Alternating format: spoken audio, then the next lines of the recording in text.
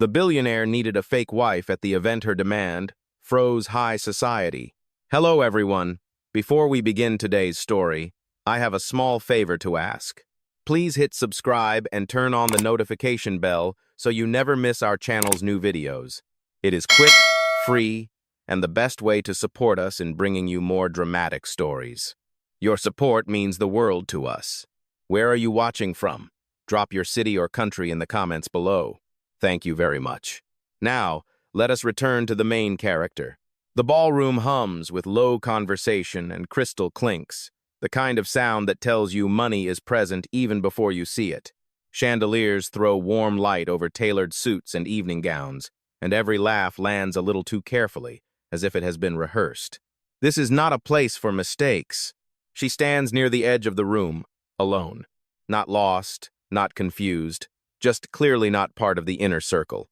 Her dress is simple, elegant, but restrained. No diamonds flashing at her throat, no entourage orbiting her steps. She holds a champagne flute she has not touched, watching people greet one another with the ease of shared history and shared power. Across the room, the pressure is reaching a breaking point. He is the billionaire everyone is here to impress. A self-made titan whose name sits on buildings and balance sheets, a man who never misses an advantage and never shows weakness in public. Tonight, however, weakness has found him anyway. Board members whisper, cameras hover. A rival waits for him to arrive alone. He needs a wife. Not tomorrow, not eventually. He needs one now. His gaze lands on her almost by accident. One second he is calculating damage control, the next he is watching a woman who looks calm in a room designed to swallow people whole. She is not networking. She is not hunting attention. She is simply standing there, unclaimed by the social games unfolding around her. It is reckless. It is necessary. He crosses the floor with measured steps, every inch the composed billionaire the world expects. When he reaches her, he does not raise his voice. He does not smile for the room. He leans in just enough that only she can hear him. "Pretend to be my wife," he whispers. "Just for tonight." The words hang between them, sharp and unreal. She turns to him slowly, finally meeting his eyes. Up close, she sees the strain he hides well, the tightness in his jaw, the calculation behind the confidence. This is not a romantic gesture. This is a business move, born out of pressure and pride. Around them, high society continues to glide and chatter, unaware that a decision is about to be made that could rewrite the evening. She does not gasp. She does not laugh. She does not immediately say yes. Instead, she takes a breath, sets her untouched glass on a passing tray, and looks at him with steady clarity. "You want me to play your wife," she says quietly, "in front of all these people." "Yes," he answers. No apology, no explanation, just truth. She studies the room, the power dynamics, the invisible lines drawn by wealth and status. She understands exactly what he is asking her to risk: reputation, judgment, her own dignity. Then she looks back at him. "If I do this," she says, her voice calm but unyielding, "it will be on my terms." His eyes flicker. Interest replaces assumption. "What terms?" he asks. She does not lower her voice. She does not raise it either. She speaks like someone who knows the value of a boundary. "I will not be humiliated," she says. "I will not lie about who I am. And the moment I am disrespected, this ends. Publicly." The air seems to still. Somewhere behind them, a laugh cuts off mid-sentence. The kind of demand she just made is not supposed to come from someone without power. The billionaire holds her gaze, realizing for the first time that the woman standing in front of him is not a convenient solution. She is a variable. And as the elite begin to turn their attention toward them, waiting to see what happens next, he makes a choice that will change both of their lives. He nods. "Deal," he says. High society has no idea it is about to freeze. She does not answer him right away. The music swells slightly as a new song begins, but she barely hears it. Her mind is already somewhere else, pulled back to the quiet weight she carries into every room, even rooms like this. Because saying yes to him would not just be pretending. It would mean stepping into a spotlight she has spent her entire life avoiding. Only hours earlier, her day had looked very different. That morning, she stood in a narrow kitchen, staring at a stack of unopened envelopes spread across a worn wooden table. Final notices, past due balances. Words printed in bold that all meant the same thing. Time was running out. The apartment she shared with her mother was small, aging, and already promised to someone else if the rent was not paid by the end of the week. Her phone buzzed with another missed call from her landlord. She let it go to voicemail, again. There were only so many apologies she could give before they lost their meaning. She had come to this event for a reason, not ambition, not curiosity, survival. A temporary consulting job had brought her here, a one-night contract helping an event planning firm manage overflow guests and donor coordination. It was honest work, quiet work, the kind where she stayed invisible and collected her check at the end of the night. The money would not solve everything, but it would buy her time. Time mattered. Now, standing beside the most powerful man in the room, she realizes how fragile that time really is. If she agrees, everything changes. People will look at her differently. They will judge her. They will decide who she is before she ever speaks. And if this goes wrong, it will not be his reputation that shatters first. It will be hers. He watches her carefully, mistaking her silence for hesitation driven by greed or fear. He is used to people wanting something from him, used to negotiations that start and end with numbers. But she is not calculating profit. She is calculating damage. She thinks of her mother sitting on the couch at home, wrapped in a thin sweater even though it is not cold, pretending not to worry. She thinks of the job interview she postponed because she needed tonight's check. She thinks of how quickly people with power move on when someone like her makes a mistake. This is not a fairy tale moment. This is a gamble. She finally speaks again, her voice steady, measured.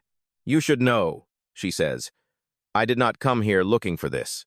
"I believe you," he replies, though his tone suggests belief is not required for the deal to work. She meets his eyes again, searching for something human beneath the polish. She finds it there, buried under pressure and expectation. He is trapped, too, just in a far more expensive cage. "I need to be clear," she continues. "If I step into this with you, it cannot cost me my future." He exhales slowly, the first crack in his composure since they met. "What do you need?" he asks. The question surprises them both.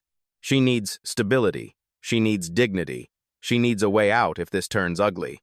But more than anything, she needs to know that she is not signing herself away for the comfort of someone who can afford to forget her. She looks around the room again, at the wealth and power circling them like a closed system. "This is temporary," she says, "and when it ends clean." He nods once. "Agreed. What neither of them admits out loud is that temporary arrangements are often the ones that change lives the most. As a server passes by, murmurs ripple through the crowd. Eyes begin to turn toward them. The window for hesitation is closing. She straightens her posture, lifting her chin just slightly. If she is going to step into this storm, she will do it on her feet. And with that unspoken decision, she prepares to cross a line she may never be able to step back from. They do not shake hands. That would make it look too much like a business deal. And tonight, appearances matter more than truth. Instead, he gestures subtly toward a quieter corner of the ballroom, just far enough from the crowd to be ignored, but close enough to return quickly if needed. The music softens here, replaced by the low murmur of conversations that do not concern them. "This cannot be messy," he says as they stop. "If we are doing this, we do it cleanly." She nods. "Then we need rules." The word hangs between them, heavier than any romantic promise. He pulls a slim tablet from the inside pocket of his jacket. It is already open, already prepared. That alone tells her this idea did not appear out of thin air. He has considered versions of this before. Maybe not with her, but with someone. She does not comment on it. "Temporary marriage," he says quietly. "Public only. You will attend events with me. You will be introduced as my wife. No personal questions answered beyond what we agree on." "And after?" she asks. "There will be an end date," he replies. Clear, non-negotiable. She leans slightly closer, her voice calm but firm. "Say it out loud." He looks at her, then understands. 6 months, he says. "No extensions without mutual agreement." She nods once. "Good." He continues, almost relieved by the structure. "Separate living spaces. Separate finances. No interference in your work. I will compensate you fairly. She raises a hand. Not to interrupt, but to claim space. There are things I will not do, she says. I will not lie about my background. I will not be paraded or spoken for, and I will not be touched for appearances. His brows draw together slightly. You mean? I mean no staged affection, she finishes. No kissing for cameras. No intimacy unless I choose it. If that is a problem, this ends now. He studies her again, more carefully this time. This is not a woman dazzled by proximity to wealth. This is a woman protecting herself. It is not a problem, he says after a moment. I respect boundaries. She holds his gaze. That brings me to my condition. He waits. If at any point your family, your board, or your friends treat me as disposable, she says, I walk away, immediately, and you do not stop me. The demand is quiet, absolute. Around them, laughter rises and falls. Someone calls his name from across the room. Time presses in. That would be inconvenient, he says carefully. It would be necessary, she replies. Silence stretches. For the first time tonight, he hesitates. Then he nods. Agreed. She exhales, just slightly. Not relief. Resolution. One more thing, she adds. If this ends because of you, because you break these rules, you say so publicly. I will not be blamed for a deal you could not honor. He does not answer immediately. This is the most dangerous term yet. Reputation is his currency. Finally, he says, I will take responsibility. She watches him closely, then gives a single, deliberate nod. That is all, she says. He taps the screen, locking the document. Then we are aligned. Aligned. Not married, not in love.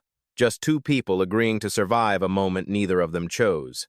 A staff member approaches, whispering that the board is waiting. Cameras are turning. The absence is being noticed. He offers her his arm, not touching her, just close enough to ask, Are you ready? She looks at the room one last time, at the power and judgment waiting beyond this corner. No, she says honestly. Then she places her hand on his arm anyway. But I am willing. That's crated. Together they step back into the light, carrying a contract neither of them fully understands yet. And high society watches, unaware that the rules of the game have just changed. The shift happens quietly.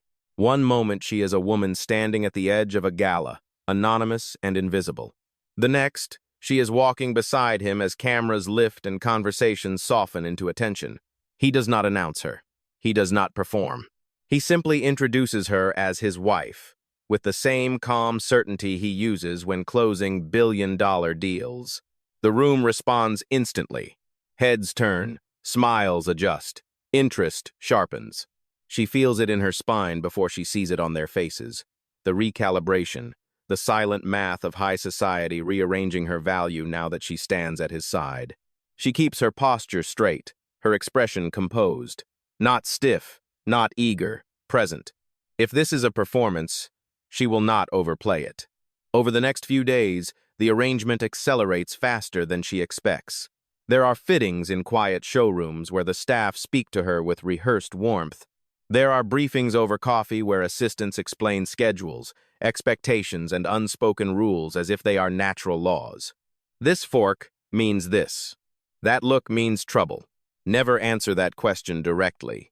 She listens, she learns, she asks questions when something feels wrong. What surprises everyone is how quickly she adapts. She does not try to imitate the women around her. She does not soften her voice or sharpen her smile to match theirs. Instead, she brings her own rhythm into rooms that are used to sameness. At a charity luncheon, she thanks the waitstaff by name. At a donor meeting, she asks a question no one else does, one that cuts through rehearsed talking points and lands on actual impact. People notice. Some are impressed. Others are unsettled. He notices too. From across rooms, across tables, across long, polished hallways, he watches her navigate a world that has always bent around him. She does not demand space, but space opens for her anyway. Not because of him, but because of how she carries herself. One evening, after a long dinner filled with polite tension and sharper smiles, they ride in silence in the back of a black car. City lights slide across the windows in slow streaks. "You handled them well tonight," he says finally. She does not look at him. "I handled myself." A corner of his mouth lifts, almost a smile. There are mistakes, of course. Small ones, human ones. She uses the wrong fork once and catches it herself, correcting without embarrassment. She laughs at a comment meant to be cruel and disarms it by refusing to be wounded. When someone asks where she went to school, she answers honestly, without apology, and lets the discomfort land where it belongs. Not on her. The press begins to whisper. Not scandals. Curiosity. Who is she?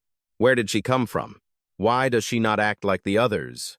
At home, in the quiet moments between obligations, the rules they set hold firm. Separate rooms, separate lives, no borrowed intimacy, no blurred lines. He respects the distance, even when he looks like he wants to cross it. Late one night, she stands in a borrowed bedroom, staring at her reflection in a mirror framed by expensive light. The woman looking back at her looks composed, controlled, almost powerful. But beneath the surface, she is still counting. Days, dollars, risks. This world does not forgive missteps. It magnifies them. She reminds herself why she is here. This is temporary, strategic, necessary. And yet, when she steps back into the public eye the next morning, dressed not to impress but to belong on her own terms, she realizes something has shifted. They are no longer watching her to see if she fails. They are watching her to see what she will do next. The billionaire walks beside her as they enter another room full of expectation. He offers his arm again, the same respectful distance between them. She takes it without hesitation, not because she needs him, but because for now, they are moving forward together, and the game they agreed to play is only just beginning. The first real test comes without warning. It happens at a private fundraising dinner hosted in a restored mansion overlooking the river, the kind of place where history and money sit comfortably together. The guest list is short, exclusive, and deliberate. Every person in the room has influence, and every conversation carries weight. This is not a room that forgives outsiders. She feels it the moment they arrive. The greetings are warm, but not welcoming. Smiles linger a second too long. Questions are phrased carefully, sharpened at the edges. This is not curiosity anymore. This is evaluation. He takes his seat at the head of the table, as expected. She is placed beside him, exactly where she belongs according to appearances. Linen napkins are folded precisely. Crystal glasses catch the light. The atmosphere hums with restrained power. Dinner begins smoothly enough. Then the questions start. "So," a woman across the table says, her tone pleasant, her eyes calculating, "how did you two meet?" It is a trap wrapped in etiquette. She feels the room lean in, waiting for a rehearsed answer or a misstep. He turns slightly toward her, giving her the space to speak without rescuing her. She answers simply, "At an event," unexpectedly. A few people chuckle politely. Someone nods as if that explains everything. The woman smiles again, unsatisfied. "And before that?" A man to her left asks, "What line of work were you in?" "There it is." The table grows quiet. She does not look at him. She does not look down. She meets the man's gaze directly. "I worked in operations and consulting," she says. "I still do." A pause. The man raises an eyebrow. "Impressive. For how long?" "For as long as it took to become good at it," she replies. A few soft laughs ripple down the table. The tension shifts, but it does not disappear. Later, as dessert is served, the host clears his throat and gestures toward her. "You must find this world overwhelming," he says, smiling. "It takes years to understand how things really work." She smiles back, calm and measured. "I agree, but people are people everywhere. The rules just change names." Silence. A fork pauses halfway to a mouth. Someone coughs. The comment lands exactly where it should, exposing the arrogance beneath the question without accusing anyone outright. Across the table, the billionaire watches her closely. This was not part of any plan. As the evening continues, a subtle shift occurs. People begin addressing her directly, not through him. They ask her opinion. They listen to her answers. Some challenge her, testing whether her composure will crack. It does not. Then comes the moment designed to humiliate her. A board member leans back in his chair and says casually, "I assume this arrangement has been mutually beneficial." The implication is clear. The room waits to see if she will flinch. She sets her spoon down gently. "Every professional relationship should be," she says. "Otherwise, it does not last." The board member smiles thinly. "Professional," he repeats. "Yes," she replies. "Respect is part of professionalism." The billionaire speaks then, his voice even, controlled. She speaks for herself. The sentence is short, but its impact is immediate. Eyes flick toward him. Calculations are revised. The line has been drawn. The dinner ends soon after, polite and unfinished. As they leave, whispers trail behind them, no longer dismissive but unsettled. In the car, silence stretches between them. "You did not have to say that," she finally says. "Yes," he replies. "I did." She looks at him then, really looks at him, and sees something new, not ownership, not strategy, recognition. "That could have complicated things," she adds. "It clarified them," he says. She considers that as the city lights pass by. Tonight was not about money or contracts or appearances. It was about whether she would be treated as disposable when tested in public. She was not. And for the first time since stepping into this arrangement, she allows herself a quiet realization. She did not just survive the test. She passed it. The night slows after the dinner, as if the city itself needs time to breathe. They do not go straight home. Instead, the car takes a longer route, gliding through streets washed in amber light. Buildings rise and fall outside the windows, their reflections stretching across the glass like quiet questions. Neither of them speaks at first. The tension from the evening has faded, replaced by something unfamiliar. Not relief, not triumph. Something softer, more dangerous. "You were calm back there," he says eventually, breaking the silence. "Most people are not." She keeps her eyes on the city. "I have learned that reacting gives people power they have not earned." He nods slowly. "That explains a lot." The car stops at a red light. For a moment, the world feels suspended. No cameras, no board members, no audience. Just two people sharing the same quiet space. "Did it bother you?" she asks. "What?" "One, the way they spoke to me," she says. "The assumptions." "Indessu." He exhales. "Yes." The word is honest, unpolished. "They speak that way to everyone they think they can afford to lose," he adds. "I stopped noticing a long time ago." She turns to him then. "And tonight?" "Tonight," he says, choosing his words carefully. "I noticed again." The light changes. The car moves forward. Later, they step onto the rooftop terrace of the building they temporarily share, the city spread out beneath them like a living map. The air is cool, carrying the distant sound of traffic and late-night laughter from somewhere far below. She rests her hands on the railing, feeling the solid metal beneath her fingers. "This is usually the part where people celebrate," she says, "or argue. We do not have to follow a script," he replies. She glances at him, then back at the skyline. "Good. I am tired of scripts." They stand there in silence, comfortable in a way that surprises them both. This was not part of the agreement. Comfort was not listed among the terms. "I grew up believing that if I worked hard enough, I would eventually feel secure," she says quietly. Turns out, security is a moving target. He watches her profile, the way the city lights soften her features. "For me, it was the opposite. I had security early, but no room to breathe." She smiles faintly. "So we both learned the wrong lessons. Or the incomplete ones," he says. The wind shifts, tugging gently at her hair. For a moment, she considers stepping back, re-establishing distance. The rules are clear. Boundaries matter. But she does not move. Instead, she asks, "Does it ever get lonely?" The question is simple. The answer is not. "Yes," he says after a pause. "More than people think." She nods, as if that confirms something she already knew. This is the crack. Small, almost invisible. But once it appears, it cannot be unseen. Neither of them reaches for the other. There is no dramatic gesture, no violation of the lines they drew so carefully. And yet, something shifts. When they finally turn to go inside, their steps fall into an easy rhythm. Not rehearsed, not forced. At her door, she stops. Tonight mattered, she says. Not because of them, because of us. He meets her gaze. I know. She hesitates, then adds, do not confuse that with expectation. I would not, he replies. But I will not ignore it either. She considers that, then nods once. Good night, she says. Good night, he answers.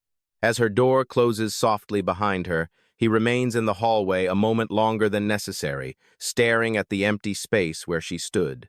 This was supposed to be a contract, a performance, a solution. Instead, it is becoming something else. And for the first time since this began, neither of them is sure how to stop it. The fracture does not come quietly. It arrives wrapped in elegance, timed with precision, and delivered in front of an audience that knows exactly where to look when blood is about to spill. The annual board reception is meant to be a victory lap. Investors, family members, senior executives, and the press fill a glass-walled hall overlooking the city.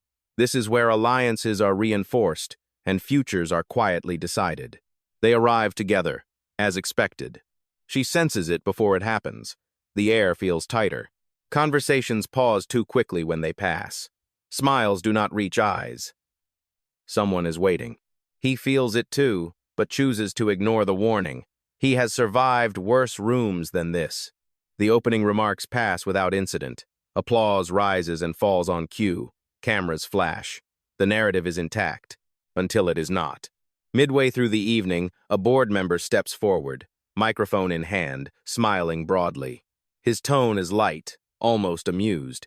It is wonderful to see such unity, he says, especially when it comes from unexpected arrangements. The word lands wrong. She stiffens slightly beside him. He does not move. The man continues, glancing between them. After all, transparency is the foundation of trust, and trust is what we owe our partners, our shareholders, and the public. A murmur ripples through the crowd. Another voice joins in, this time a woman from his family, her smile sharp with familiarity. Yes, perhaps it would be reassuring to clarify how quickly this marriage came together. It has been a topic of curiosity. The trap closes. Phones lift, cameras refocus. The room leans forward. She turns to him, not in panic, but in quiet expectation. This is the moment they prepared for. The moment he promised would be handled with integrity. He opens his mouth. Then he hesitates. Just for a second. But in rooms like this, a second is everything. That hesitation is enough. The board member presses on. Some might even say it looks transactional. The word cuts deep. She feels the heat rise in her chest, but her face remains composed. She does not defend herself. She does not explain. That was never her job. She waits for him. Silence stretches. The pause grows heavy. Too many eyes, too many consequences. Finally, he speaks. This is not the time or place, he says carefully. Not a lie. Not the truth either. The room reacts immediately. Whispers ignite. Speculation blooms. She understands in that instant what his answer means.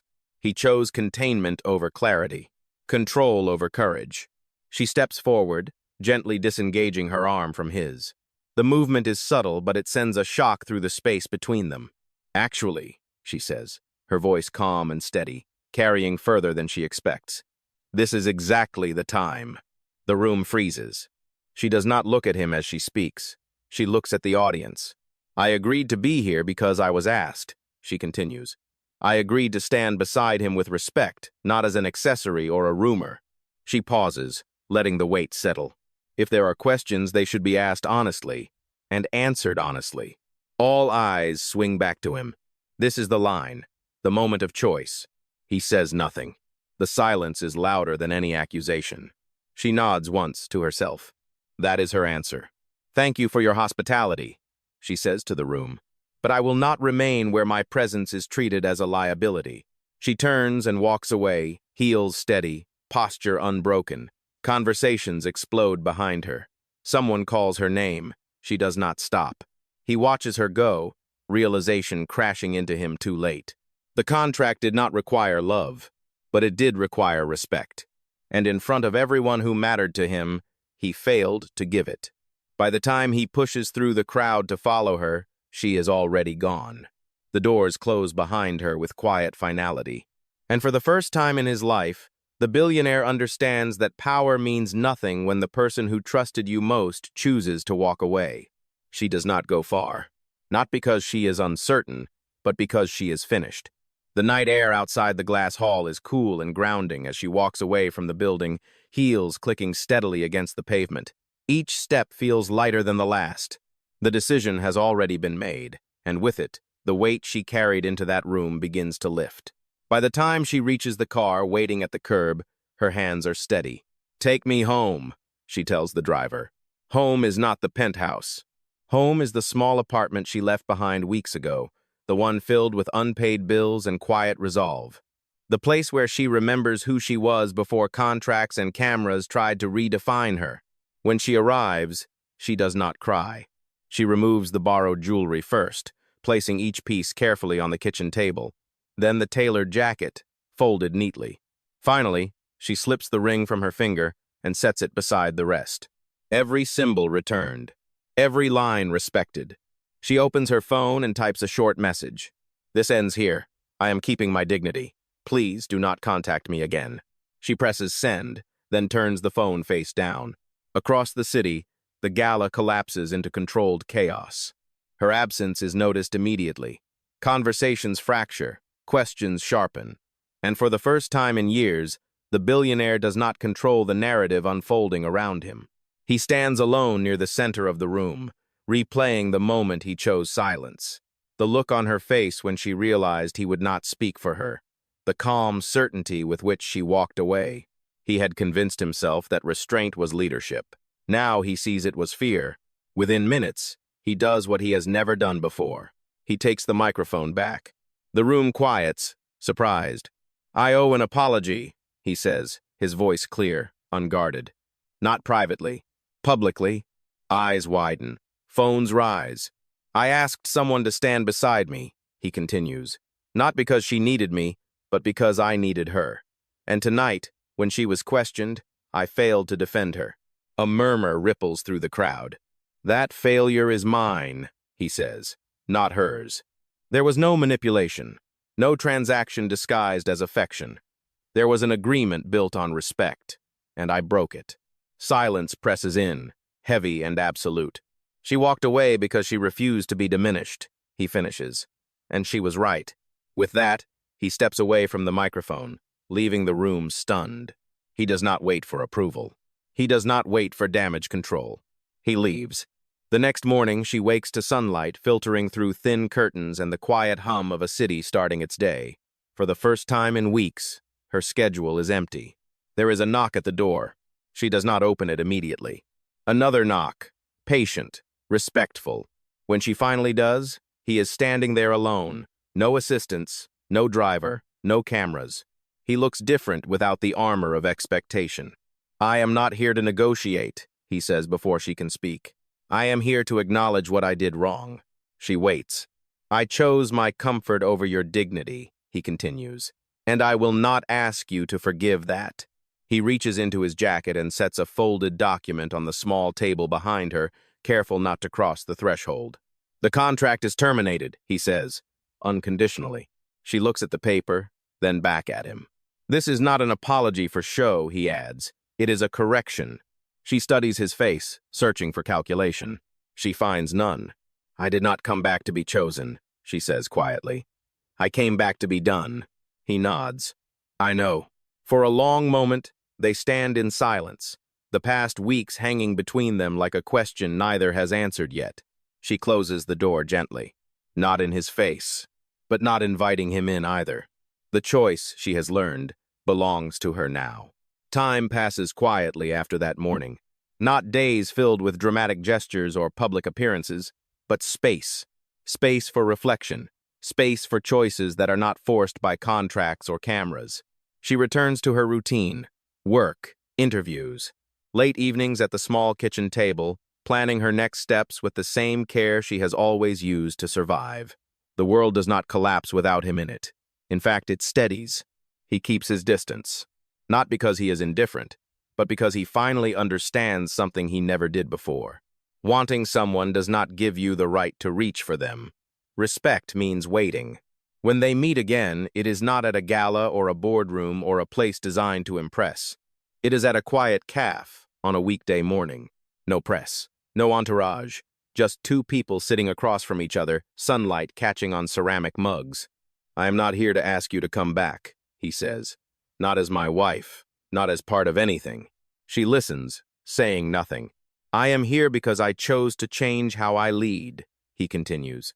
"And that includes how I love, if you ever allow that word into this conversation." She studies him carefully. There is no urgency in his voice, no expectation. "What are you offering now?" she asks. "Nothing conditional," he replies. "No contracts, no protection clauses, no image to maintain. If you walk away, I will respect it. If you stay, it will be because you choose to." She considers that. The woman she was when this began would have been tempted by security. The woman she is now knows security without dignity is just another kind of trap. "You cannot undo what happened," she says. "I know," he answers, "but I can live differently because of it." Silence stretches, comfortable and unforced. Finally, she speaks. "If there is anything real between us," she says, "it will not be built on need, or rescue, or appearances." He nods. "Agreed." "It will be slow," she adds. "I am not in a hurry," he says. She smiles then, small but genuine. That is how it begins. Not with a ring or a promise, but with two people choosing honesty over leverage. Months later, when they stand together again in public, it is different. There is no announcement, no spectacle, just partnership. When he asks her to marry him, it is not whispered in a corner or demanded in desperation. It is offered plainly, privately, with no audience. And when she says yes, it is because she is no longer pretending. The elite watch from a distance, finally understanding what power looks like when it is rooted in integrity. The contract is long gone. What remains is choice and love, built not on status, but on respect that refused to be negotiated.